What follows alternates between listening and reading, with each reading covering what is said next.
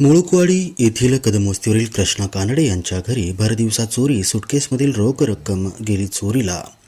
दिनांक 27 बुधवार रोजी सकाळी 11 वाजता कृष्णा कानडे, त्यांच्या पत्नी सुरेखा कानडे व वडील मल्हारी कानडे हे कर्जनी येथे लग्नासाठी गेले होते। रस्त्याच्या पलीकडील अर्धा किलोमीटर अंतरावरील शेतात अद्रक खुरपणी करत असताना सायंकाळी 6 वाजता शेतातून परतल्यानंतर घराला कुलूप दिसले नाही। घर केवळ लोटलेले होते। घरात पाहिले असता घरातील कपाट उघडलेले आणि आतील कपडे वगैरे सामान अस्ताव्यस्त पडलेले दिसून आले। तसेच घरातील डबे उघडून विखुरलेल्या अवस्थेत होते।